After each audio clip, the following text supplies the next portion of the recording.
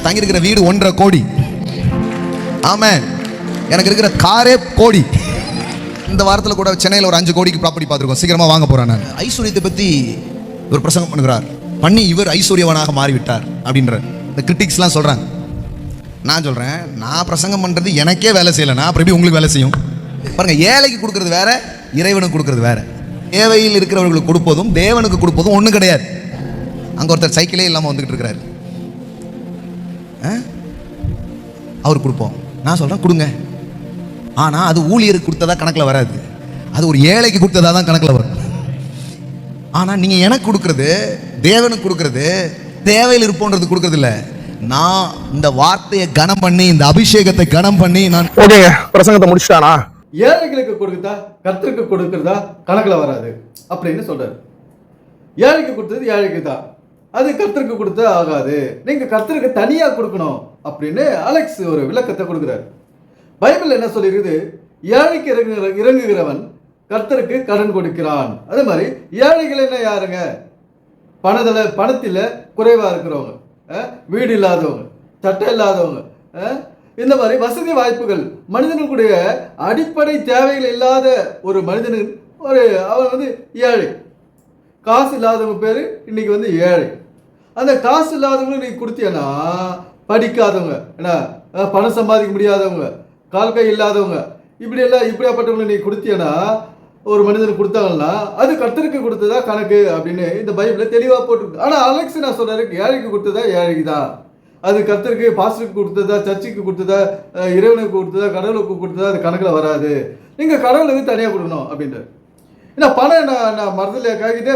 நான் கேட்குறேன், பணம் என்ன கொட்டி வச்சுக்குது? போயிட்டு அழின்னு வந்து ஏழைங்களுக்கு, இது இல்லாதவங்களுக்கு, இது முடமானவங்களுக்கு, இது அப்பா அம்மாவை எழுந்தவங்களுக்கு, இது கணவனை எழுந்தவங்களுக்கு, இது வந்து சர்ச்சுக்கு, இது பாஸ்டருக்கு, இது சர்ச்சு கட்டுறதுக்கு, இது செங்கல் வாங்குறதுக்கு, சர்ச்சோட செங்கல் வாங்குறதுக்கு, சர்ச்சு கட்ட சிமெண்ட் வாங்குறதுக்குன்னு அள்ளி கொடுக்க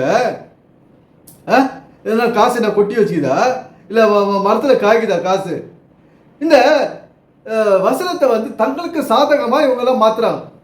தங்களுடைய சோம்பேறித்தனத்துக்கும் தங்களுடைய சுயநலத்துக்கு ஏற்ற மாதிரி இந்த பைபிள் உள்ள வசனத்தை இவங்களுக்கு ஏற்ற மாதிரி விளக்கி கொள்கிறாங்க. ஏன்னா தான் நல்லா இருக்கணும், தான் பணத்தில் அதிகமான பண வருமானம் உள்ளவனாக இருக்கணும், நம்முடைய பேங்க் பேலன்ஸ் அதிகமாக இருக்கணும்ன்ற நினைக்கிற பாஸ்டருங்க இதுக்கு ஏற்ற மாதிரி அவங்களுடைய சுயநல சோம்பேறித்தனத்துக்கு ஏற்ற மாதிரி இந்த வசனத்தினுடைய விளக்கத்தை அவங்க மாற்றுறது.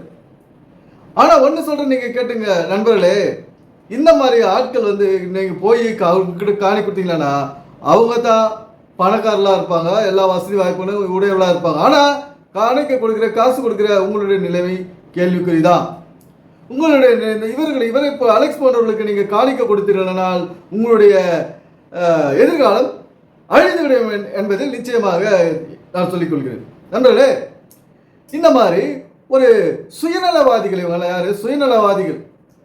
சுயநலமாக சிந்திச்சு, தனக்கேற்றபடி சிந்திச்சு மக்களை வஞ்சிக்கிறாங்க. என்னத்தை வச்சு வஞ்சிக்கிறாங்க? வேதத்தில் உள்ள பைபிளில் உள்ள வசனத்தை வச்சு இவங்க நம்முடைய வாழ்க்கையை வஞ்சித்து கொண்டிருக்கிறார்கள். நம்முடைய வளமான வாழ்க்கையை கெடுத்து கொண்டிருக்கிறார்கள் இவர்கள். இந்த வேத வசனங்களை வைத்து, இந்த வேத வசனங்களிலிருந்து சரியான விளக்கத்தை கொடுக்காமல் தவறான விளக்கங்களை கொடுத்து ஒரு நம்முடைய வாழ்க்கைக்கு உதவாத விளக்கங்களை இந்த வேதத்திலிருந்து கொடுத்து நல்ல விஷயங்களை சொல்லாத மனிதன் நம்முடைய வளமான வாழ்க்கைக்கு, ஆரோக்கியமான வாழ்க்கைக்கு, கல்வி அறிவுள்ள வாழ்க்கைக்கு, நம்முடைய சந்ததிகள் ஒரு கௌரவமான வாழ்க்கைக்கு இவங்க இதிலிருந்து அர்த்தத்தை தேடுறதே கிடையாது. ஏழைக்கு கொடுக்குறவன் தனக்கு கொடுக்குறான் அப்படின்னு இயேசு கிறிஸ்து சொல்றாரு. அது வந்து இவர் இல்லை நீங்கள் ஏழைக்கு கொடுத்தா ஏழை தாங்க, எனக்கு அதில் எங்களுக்கு பங்கு கிடையாதுங்க, நீங்கள் எனக்குன்னு உங்கள் சொத்து வித்தாவது கொடுங்க, உங்கள் வருமானத்தில் மொத்தமாவது கொடுங்க அப்படின்றாரு இந்த அலெக்ஸ். இது போன்ற கள்ள போதகர்களை நாம் எச்சரிக்கையாக இருக்க வேண்டும். எச்சரிக்கையாக இருங்கள் என்று வேதம் சொல்லுகிறது, நான் சொல்லவில்லை. நண்பர்களே, இந்த வார்த்தை பைபிளில் இருக்குதா இல்லையா? எச்சரிக்கையாக இருங்கள், இந்த கள்ள போதகர்களுக்கு எச்சரிக்கையாக இருங்கள். புறவாசல் வழியாய் வராமல் வருகிற இந்த கள்ள போதர்களுக்கு எச்சரிக்கையார்கள். நேர் வழியாய் வராத புற வழியாய் பிரவேசிக்கிற வீட்டிற்குள் புற வழியாய் பிரவேசித்து யார் பிரவேசிப்பா? அந்த வீட்டு புறவாசல் வழியா, பின் வீட்டு வழியா, பின் கதை வழியா யார் வருவான்? திருடன் தான் வருவான். முன்கதவை முன்னால் வரமாட்டான் தைரியமா. முன்னால் என்ன யார் வருவாங்க? நம்மளுடைய வீட்டுக்குள்ள உள்ளவங்க வருவாங்க, சொந்தக்காரங்க வருவாங்க, வீட்டில் இருக்கவங்க யார் வீட்டுக்கு சொந்தக்காரங்க முன்வாசல் வழியாக வருவாங்க. இந்த கள்ளன் திருடன் எப்படி வருவான்னா பின்வாசல் வழியாக தான் வருவான். என்ன அப்படியே சுற்றி நோட்டை விட்டுட்டு பின்வாசல் வழியாக தான் வந்து இந்த திருடன் இந்த வீட்டில் இருக்கிறத கொள்ளையடிப்பான். அதுபோல இந்த அலெக்ஸ் வந்து கொள்ளையடிக்கிறதுல கில்லாடி. இந்த புறவாசல் வழியாய் பிரவேசிக்கிற இந்த அலெக்ஸுக்கு நாம் எச்சரிக்கையாக இருக்க வேண்டும் நண்பர்களே. இது போன்ற ஆட்கள் நிறைய பேர் இருக்காங்க. இது பேர் போல ஆட்கள் நிறைய பேர் இருக்காங்க. கட்டிட சபையில் கட்டிக்கணும், அந்த கட்டிட சபையை அலங்கரிச்சுக்கின்னு அழுக்குப்படுத்திக்கின்னு மேலும் கட்டிக்கணும், உயரமாக கட்டிக்கணும், பெருசாக கட்டிக்கணும், கோபுரமாக எழுப்பிக்கணும். இந்த மாதிரி ஆட்களிடம் நாம் எச்சரிக்கையாக இருக்க வேண்டும். இவர்களை பைபிள் வெறுக்கிறது, வேண்டாம் என்கிறது. இவர்களே நம்முடைய வாழ்க்கையின் எதிர்கால எதிரிகள் என்று இந்த பைபிள் ரகசியமும் மறைபொருளும் சொல்கிறது. ஒரு மனிதனுக்கு தேவையானது கல்வி, ஒழுக்கம், ஆரோக்கியம். மூன்றின் அடிப்படையில், மூன்றின் தத்துவத்தின் அடிப்படையில் தான் நம் வாழ்க்கை இயங்க வேண்டும்.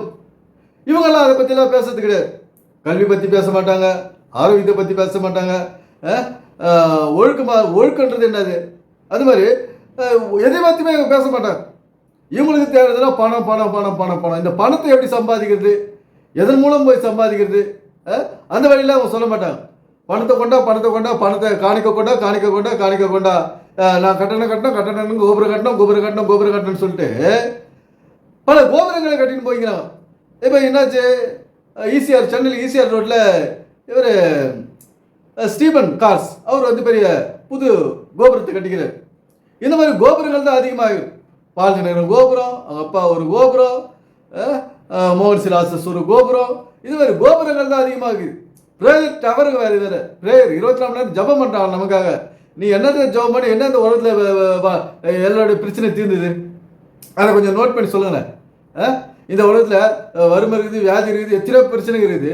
என்ன பிரச்சனை நீங்கள் தீர்த்து வச்சிங்க? குடும்ப பிரச்சனை. உங்கள் சர்ச்சுக்கு வரவங்களுடைய குடும்பத்தில் பிரச்சனை வரலையா? கணவன் மனைவியில் பிரச்சனை வரலையா? குடும்பத்தில் பிள்ளைகள் பெற்றோர்கள் பிரச்சனை வரலையா? உறவுகளுக்குள்ள பிரச்சனை வரலையா? எந்த பிரச்சனை நீங்கள் தீர்த்து வைத்தீர்கள்? கள்ள போதகர்களே, எனக்கு கணக்கு கொடுங்க, எனக்கு கணக்கு கொடு. என்ன பிரச்சனை தீர்த்து வச்சேன்னு? இல்லை பைபிளை ஓடிப்போ, இல்லை பைபிளை வைத்து விட்டு ஓடிவிடு என்று எச்சரிக்கிறேன். எனவே சிந்திப்போம், செயல்படுவோம். நன்றி, வணக்கம் நண்பர்களே.